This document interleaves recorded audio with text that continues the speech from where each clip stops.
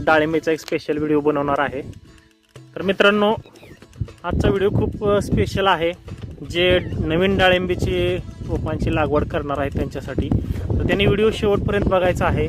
आणि जी मंडळी आपल्या चॅनलवरती नवीन आलेले आहे त्यांनी आपल्या चॅनलला सबस्क्राईब करून ठेवायचं आहे, जेणेकरून आपल्याला नवनवीन व्हिडिओ पाहता येतील। तर मित्रांनो, विषय असा आहे की ज्यांनी आता नवीन डाळिंब लागवड करायची ठरवलेली आहे, तर त्यांच्या मनामध्ये असा संभ्रम आहे की डाळिंबाची झाडं टिकत आहेत की नाही रोपं।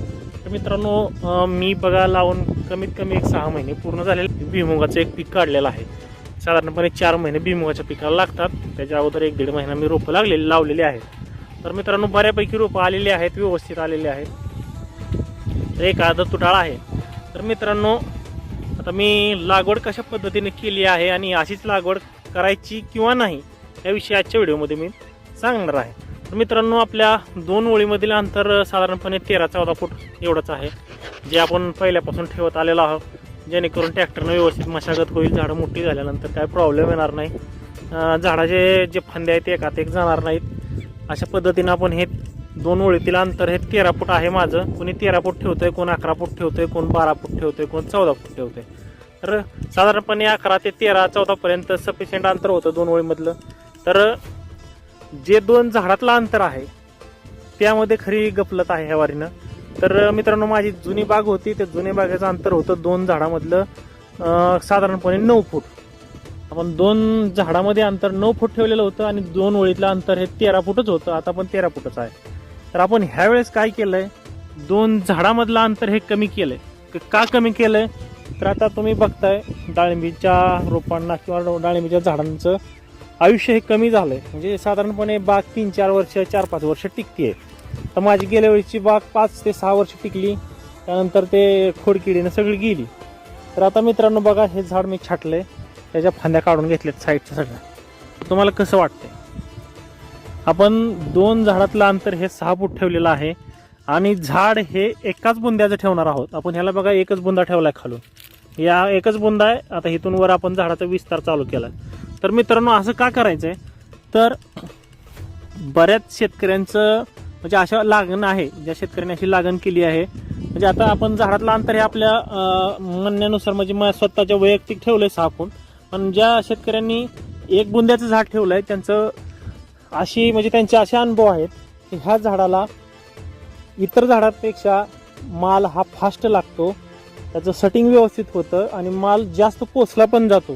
तर त्याच्या मागचं कारण असं आहे की आपण एकाच झाडाला ज्यावेळेस खालून 3-4 खोडं ठेवतो, म्हणजे आपण काय करत होतो, पहिलं एका झाडाला 3-4 खोडं खालून ठेवत होतो की बाबा एखादं खोड कशाने खराब झालं तर दुसरं खोड शिल्लक असावं आणि जेणेकरून झाडाचा विस्तार हा मोठा होईल आणि झाडाला माल जास्त निघेल।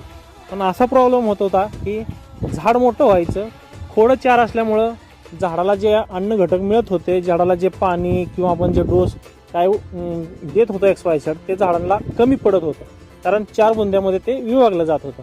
तर आता आपण काय करतो, एकच खोड ठेवतोय, त्यामुळं ह्या झाडाला मिळणारं सगळं अन्न घटक, सगळं काय आपण जे टाकणार आहोत ते एकाच झाडाला एकाच बुंद्याला मिळणार आहे। त्यामुळे ह्याचा माल मोठा होतो, ह्याच्या सटिंगला प्रॉब्लेम येत नाही, ह्याच्या फ्लॉवरिंगला प्रॉब्लेम येत नाही, असं बऱ्याच शेतकऱ्यांचं म्हणणं आहे।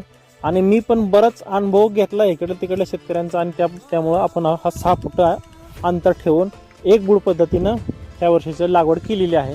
तर मित्रांनो, ज्यांना कोणाला नवीन लागवड करायची आहे त्यांना मी अवश्य सांगेल, तुमच्या 2 ओळीतलं अंतर तुमच्या हिशोबानं ठेवा, पण 2 झाडातलं अंतर हे 6 फूट ठेवून तुम्ही लागवड करा। लागवड केल्यानंतर 5-6 महिने झाडाला काही करू नका, म्हणजे कुठलीही फांदी वगैरे काढू नका। 6 महिने झाल्यानंतर साधारणपणे अशा पद्धतीनं झाड छाटून घ्या। आता ह्याला बघा, 3-4 कडनी विस्तार होता, सगळा काढला। जे आपल्याला योग्य वाटते ते एकच बुंदा ठेवून त्याला असं मी विस्तारवर ठेवलेला आहे। आता जसं झाड मोठं होईल तसा ह्याचा बुंदा खालून मोठा होत जाईल, त्याला माती लागल्यानंतर हे झाड अजिबात इकडे कलंडणार नाही आणि त्याचं व्यवस्थित होऊन जाईल। आता बघा, ह्या झाडाचा बुंदा मोठा आहे, तर हे झाड किती व्यवस्थित आहे। आता बघा, हा बुंदा मोठा झालेला आहे, त्यानंतर हा त्याचा विस्तार आपण वरती ठेवलेला आहे।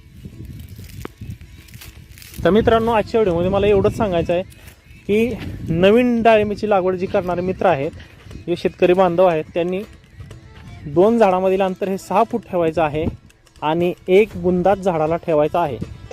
सफिशियंट झाड व्यवस्थित 5-6 महिने झाल्यानंतर त्यातली जी काडी मोठी वाटते, जी बुंदा चांगला आहे तो बुंदा ठेवायचा आहे. बाकीचे विस्तार साईडचा काढून घ्यायचा आहे आणि त्यानंतर त्या बुंद्याच्या कडेने दुसरा विस्तार येऊ द्यायचा नाही, जोपर्यंत हा बुंदा मोठा होत नाही तोपर्यंत. तर मित्रांनो, आशा आहे की तुम्हाला आजचा व्हिडिओ किंवा आजची माहिती योग्य वाटली असेल किंवा पटली असेल मी सांगितलेली माहिती.